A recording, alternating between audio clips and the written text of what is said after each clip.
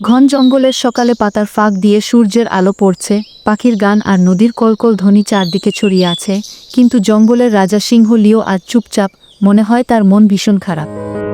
ঠিক তখন আকাশ থেকে নেমে এলো ছোট্ট রঙিন পাখি টুটু।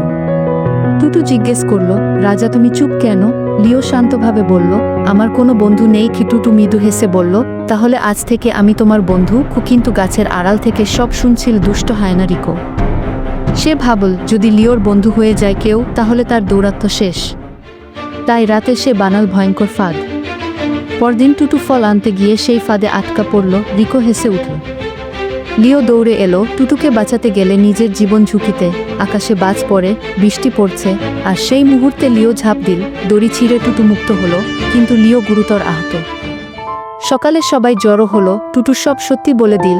সবাই রিকোর উপর রেগে গেল, কিন্তু লিও বলল, বন্ধুত্ব মানে ক্ষমা। রিকো চুপ হয়ে গেল।